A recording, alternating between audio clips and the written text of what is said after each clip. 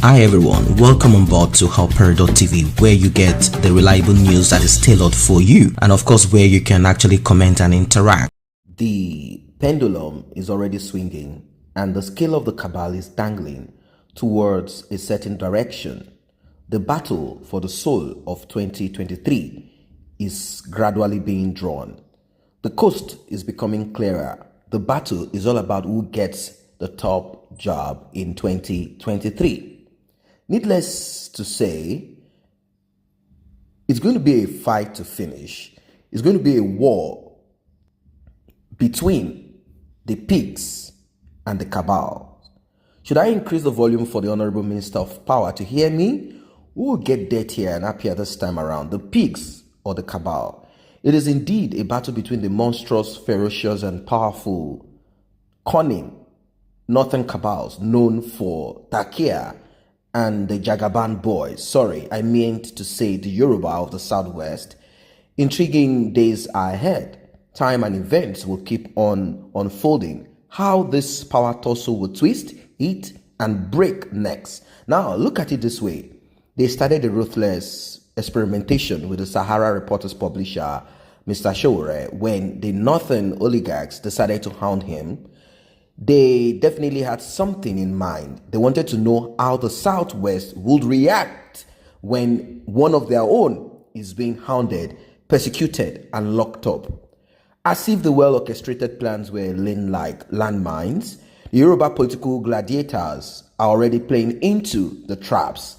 They all kept mute at Showore's gut-wrenching invasion and arrest.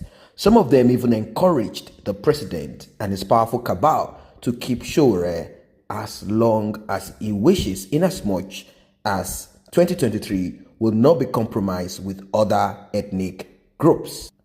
Serious. You would recall that pressures were all around the Asiwaju of Yoruba land and self-styled Awolowo of our time, Asiwaju Bola Ahmed Tinubu, to run for 2023 presidency.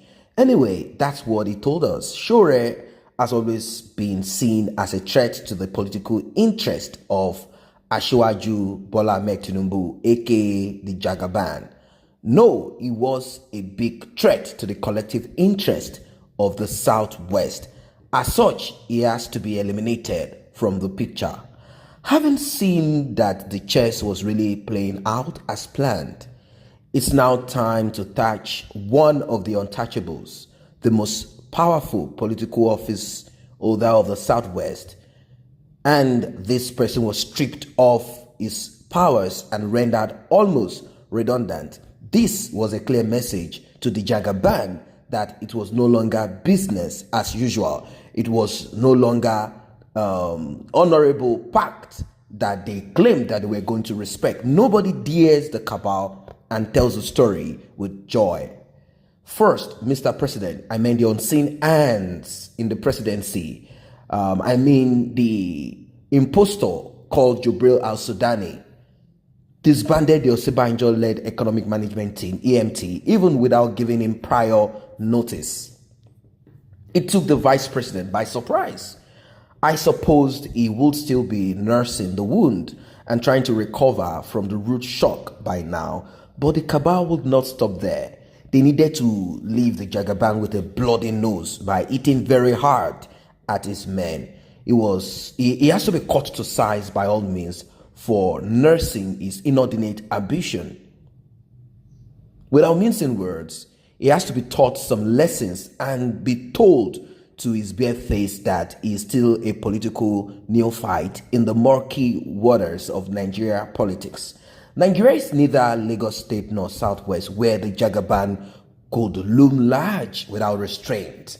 Nigeria, as things are now, belongs to the cabal, and by extension, the powerful northern oligarchs. You could call them Fulanese or Hausa Fulanese.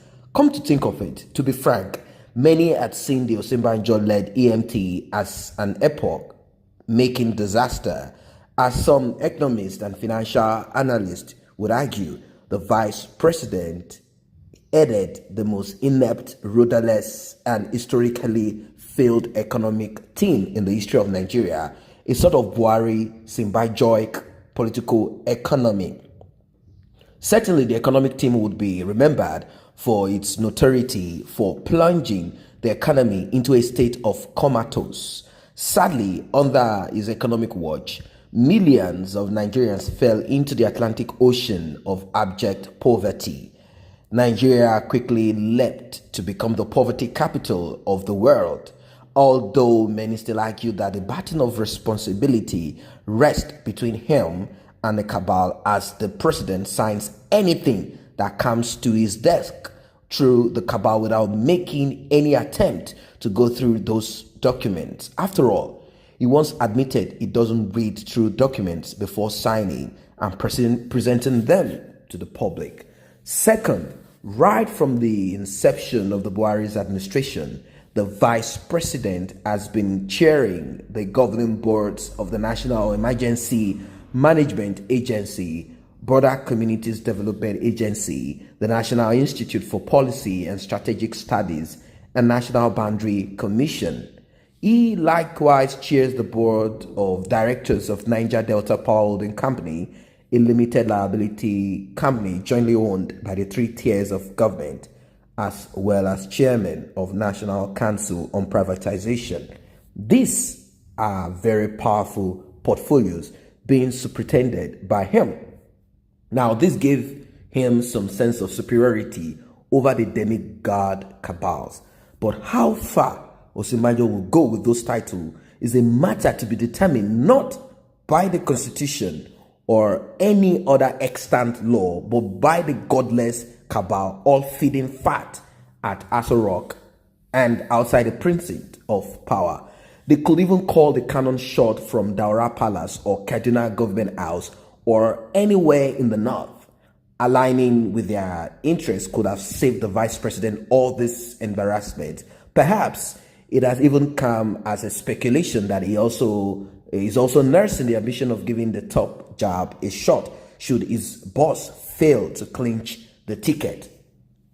Now, all those powers that had given him a false sense of confidence and smartness have been stripped off with just a tip of the finger by the cabal.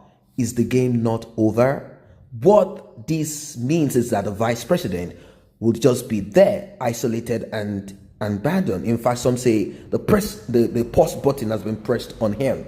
What gave him relevance has been taken away. Third, before he could take any decision or action now, approval must first be sought and obtained by him from the almighty cabal. It will get to their tables first. They will have to query it, ask both reasonable and unreasonable questions.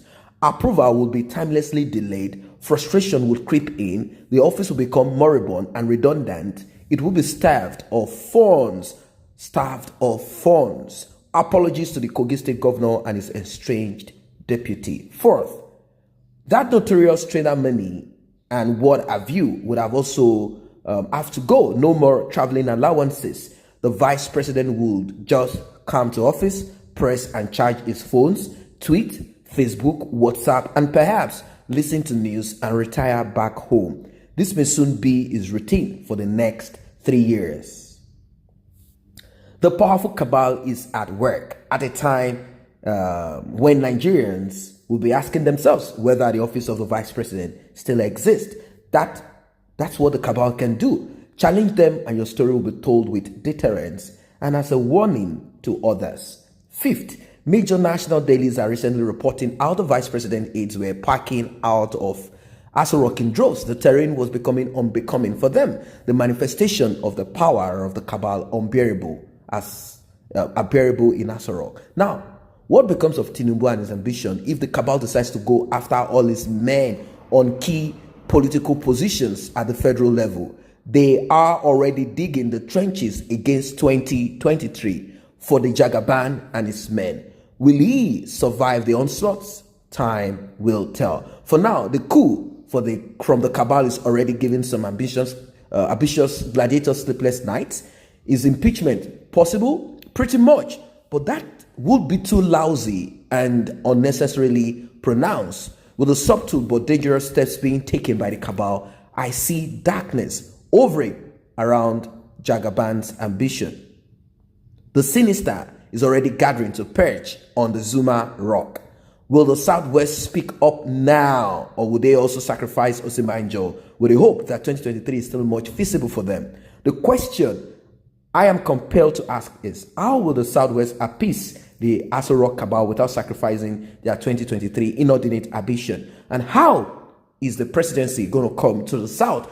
It doesn't matter if it is an Igbo man. How is this going to be possible? Although a lot of people are asking for a breakup, which I am in support of. And that might be the last game that will be played. If we do not get the presidency and the South and the vice presidency coming to the South, we are putting an end to that contraption that has expired called Nigeria. I say a very big thank you to those who have taken time to subscribe to this channel. And if you're yet to subscribe, kindly tap on that subscription button and also the red bell icon so you will be notified whenever videos such as this are uploaded.